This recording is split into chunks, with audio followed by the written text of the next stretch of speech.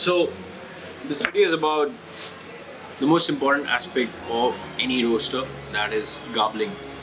Or one step that is basically forgotten a lot, one step that has been taken granted a lot, and also one step that will make or break your coffee roasting and make it better or make it average.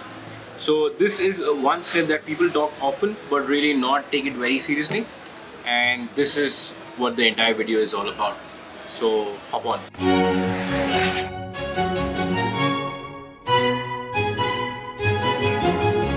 So in this video we are trying to tell you what garbling exactly is, how not to be very difficult with an estate owner if your coffee does not get garbled very well. At the same time, the producer has taken all the efforts to make sure that the roaster has got the good beans, but at times it does happen that out of say 60 kg bag, around 100 or 200 grams of coffee does not come out as great. So be patient with the estate owner, be patient with your producer, and you're gonna get a good quality. At the same time, this step seems to be a very easily forgettable kind of a step, because people would come, the coffees would come to your roastery and you'll just start roasting about it. It's extremely crucial. It's an add-on cost, alright? It does not come for free. You have to pay the labor who's cleaning your coffee beans for you. It's a very intrinsic thing. 2, the setup cost. And 3, the time it takes. So you got to plan your production according to that. Let's say if there is a bag that has come in and you get orders all of a sudden and you have to start roasting, you need to pay the labor for extra hours that they put in to get the coffee green being clean. Now the another risk that you're facing if you don't clean the coffee is your roaster might get damaged, and it has happened in the past where I've seen when I was consulting a project and the coffee roaster, the drum keeps rotating, right? There was a stone inside that coffee, inside the green beans, that got stuck between the drum and the faceplate, right? The metal plate that by which you open the roasted coffee to fall down on a cooling tray. There was a small gap over there, so the stone got stuck inside and the motor got damaged. Motor getting damaged just because of a stone, you're gonna lose a lot of money. You're gonna lose your clients because your orders are gonna go for a toss. Your production cycles are gonna go for a toss. It's a waste of time, it's a waste of money. Times the end consumer does not realize, which is fair enough, is that the garbling happens at a lot of stages in coffee. When you pick the coffee cherry, when you put it for processing, when you are packing the coffee, when you are looking at the floaters, when you're looking at the red cherry, all these things, and at the same time, when it goes to the milling stations and when it goes to the packaging units of the green beans, over there also separation happens of the good beans and the bad beans. And when it comes to the roasters, even then we are hand garbling it. We don't have these big machines, but this is a small setup that I would like to educate everybody about, so that your staff or your team can clean the green beans much easily. So what we have done over here is, we've designed a table over here. This is, let's say, a prototype. So here we have put a segregation over here, because if let's say I'm garbling coffee A and over there somebody is sitting and he or she is garbling coffee B, so there's no kind of contamination sort of thing. There is a little bit gap over here, but we're gonna fill it up. What happens is, like, I have got the green beans over here which I have to sort, and we put 2 holes like a carom board, alright? It's become very easy. I just sit over here, and also I've given my hands a support. So I'm cleaning.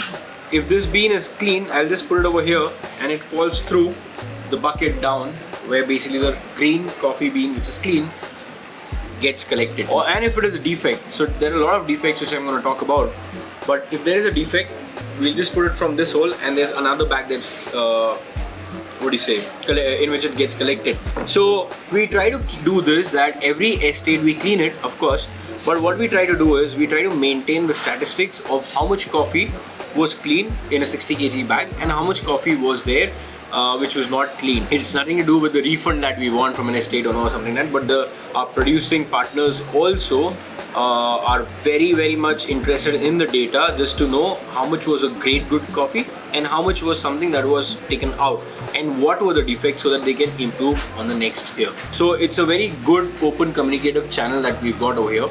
And another thing that I forgot to add was, there's a light over here that we've kept right now, which is temporary. What we plan to do is there's going to be another light that's going to be coming right on straight on top. The point is to make the people who are garbling coffee very comfortable and make it easy for them to focus on the work that is more important rather than like they're sitting on a chair and cleaning.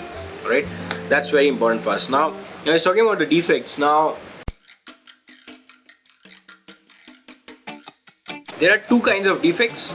One is a primary defect, second is a secondary defect. Any primary defect, if there is in a coffee, that coffee becomes a non-specialty coffee, right? Even if it must have scored 90 or whatever, if there is a primary defect in that, it's not a specialty coffee. And certain amount of secondary defects are equivalent to a primary defect.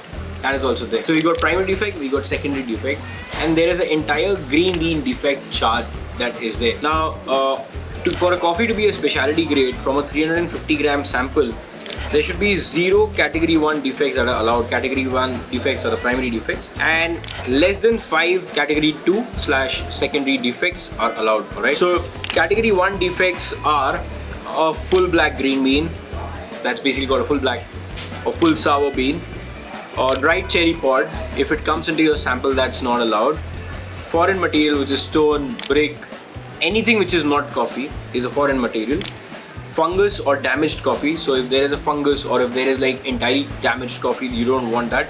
And severely insect damage. So there is an insect damage and there is severely insect damage. Insect damage is where just there is one insect hole or 2 insect holes in the coffee bean. Severely infect damages, there are several insect bites or insect damages. Now 5 of such severe insect defects is equivalent to 1 primary defect. Alright, which means you need 5 of those beans to make your green bean sample as a non-specialty grade. We move on to the second category of the defects, which is like a secondary defect. A partial black, a partial sour, parchment, floater, immature bean, withered bean, shell broken, hull, slightly insect damage. In category 2, all these defects are there, and then like slightly insect damage, you need 10 of those to become equivalent to 1 defect. Alright, if you get like just 2 of those slightly insect damage, it does not categorize to anything. So it's been divided into these 2 parts, and it's very important that you trickle down this kind of knowledge to your garbling team also.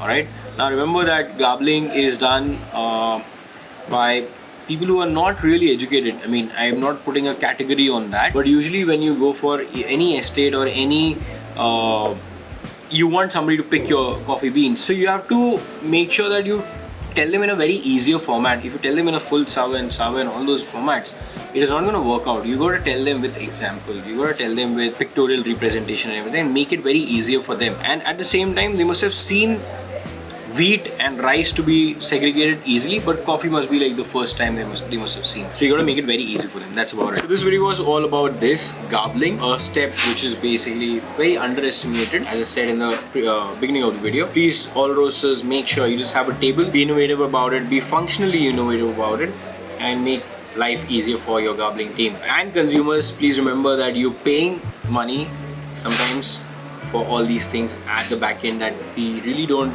see. Alright, so before we complain, let's first consume and enjoy. Alright, so please hop on the video and look out for all such videos. If there is anything that you want to talk about in the comment section, please feel free to. Thank you so much.